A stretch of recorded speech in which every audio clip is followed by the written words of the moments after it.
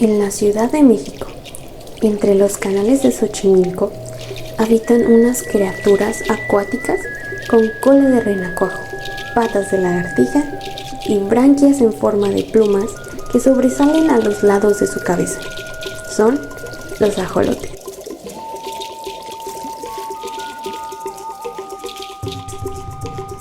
Pero hay un problema.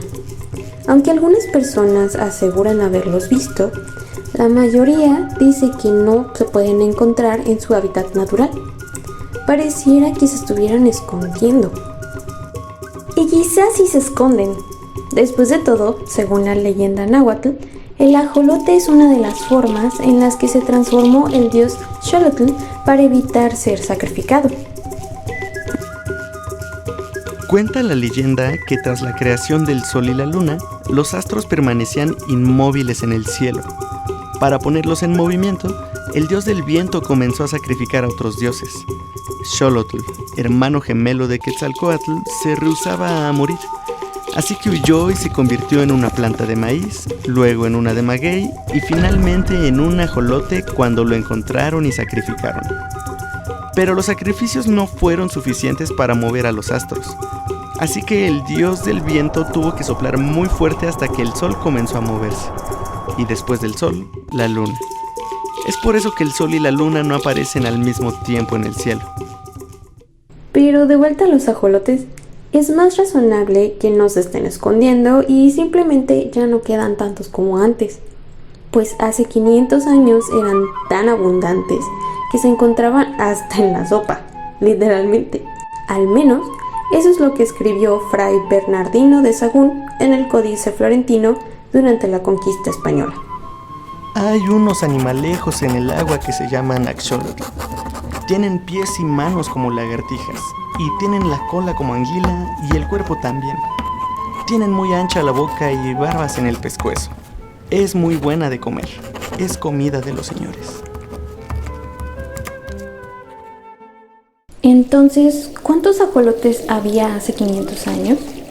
Con certeza no lo sabemos, pero había muchísimos. Lo que sí sabemos es que en 1998, un censo en los canales de Xochimilco estimó que había más de 6,000 ajolotes por kilómetro cuadrado. Para que te des una idea, esa era más o menos la densidad de personas que habitaba en la Ciudad de México en el 2020, una de las ciudades más pobladas del mundo. Después, en el 2014, otro censo reveló un panorama desolador. Solo 36 ajolotes por kilómetro cuadrado. Eso quiere decir que en tan solo 16 años, la población de ajolotes se redujo más de 160 veces. El primer censo lo realizó la doctora Virginia Graue Biggers. ¿Te suena familiar? Es porque es la hermana de un antiguo rector de la UNAM. El segundo censo lo realizó el investigador Luis Zambrán, del Instituto de Biología de la misma universidad, y quien pretende actualizar la cifra en este 2025. Crucemos los dedos para que haya buenas noticias. Sin embargo, hay que tener en cuenta que este censo solo se refiere a una especie de ajolote, el Lambistoma mexicano, la especie más famosa. En realidad, existen alrededor de 33 especies y más de la mitad se encuentran en diferentes regiones de México. ¿Y cómo sabemos que son especies distintas? Bueno, además de los cambios físicos y genéticos, básicamente estos ajolotes no pueden reproducirse entre sí y dejar descendencia fértil. Y bueno, se preguntarán por qué tanto alboroto con este anfibio. Pues por dos buenas razones. La primera es un recordatorio del impacto negativo que puede tener el ser humano sobre los ecosistemas, como cuando se introdujeron peces a los canales de Xochimilco para promover la cultura pesquera. En realidad no parecía tan mala idea, pero desafortunadamente los peces que introdujeron eran especies exóticas, o sea, no eran originarias de ahí. Estos peces son la carpa y la tilapia, que al no ser originarios no tienen depredadores, por lo que la cadena alimenticia se desequilibró convirtiéndolos en plagas. Encima, estos peces tienen una dieta similar a la de los ajolotes, la cual consiste en insectos, pequeños peces, crustáceos y zooplancton, aumentando la competencia por la comida. Y por si fuera poco, se comen los huevecillos y los renacuajos de los ajolotes, lo que ha reducido su población en los canales de Xochimilco. Y eso sin mencionar las malas condiciones de la zona por contaminación. Así que por favor, no liberes especies exóticas al medio ambiente, y menos si son tus mascotas. La segunda razón, y no menos importante, es por sus asombrosas capacidades, ya que pueden regenerar extremidades, partes del corazón y hasta del cerebro. Esto es gracias a los macrófagos, los monstruos come galletas del sistema inmune. En griego, macrófago significa el gran comedor, pues son las células encargadas de comerse partículas extrañas para limpiar la zona en un proceso llamado fagocitosis. En nuestro caso, los macrófagos crean cicatrices si nos lastimamos, pero al parecer los de los ajolotes son especiales, porque después de limpiar envían señales para iniciar la creación de nuevas células que después van a sustituir el tejido perdido. Esto lo sabemos gracias a los experimentos de James Godwin y su equipo de investigación, quienes observaron que sin la participación de los macrófagos, los ajolotes ya no regeneraban sus extremidades y en su lugar solo formaban cicatrices. Aún se desconoce qué es lo que hace diferente a estas células, pero ya se está trabajando en ello. Además, los ajolotes parecen no envejecer. Bueno, no exactamente, pero sí conservan características larvales en su etapa adulta. En general, el ciclo de vida de los anfibios consta de dos fases. La fase de larva, en la que respiran a través de branquias y viven en el agua, y la fase adulta, en la que cambian sus branquias por pulmones para poder vivir en la tierra. El proceso que transforma a la larva de un adulto se llama metamorfosis y depende de la actividad de las hormonas tiroideas.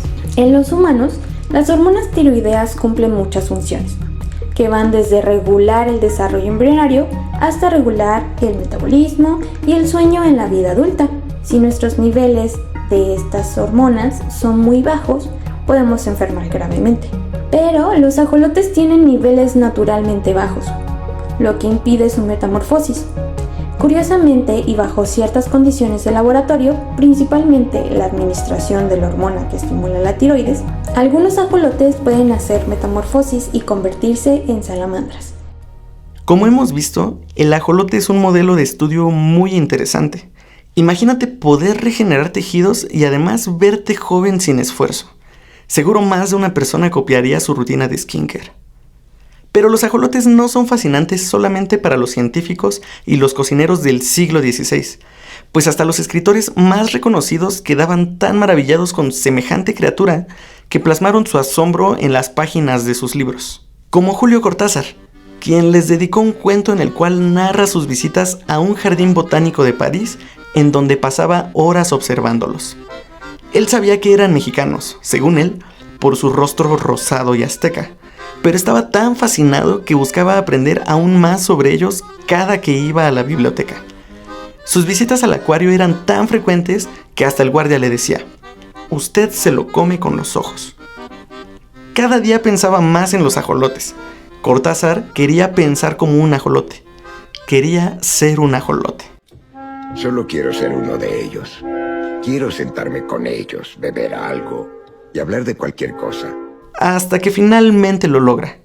Si quieres saber cómo, este cuento se llama Axolotl y se encuentra fácilmente en internet.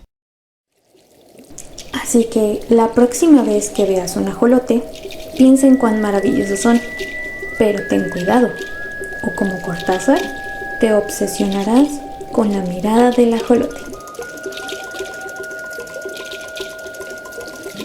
Si quieres conocer nuestras referencias, síguenos en redes sociales como @lamiradadelaajolote. Nosotros somos Abril y Jonathan y les contaremos más cosas de ciencia en este proyecto. También puedes encontrarnos en nuestros proyectos personales, a mí como @nucleótido434. Y a mí como @cio_labiologuita. Si te gustó esta cápsula, compártela con tus amistades, ya que eso nos ayudaría muchísimo. También leeremos sus sugerencias y preguntas en nuestras redes sociales. Gracias por llegar hasta acá y nos escuchamos en el próximo episodio.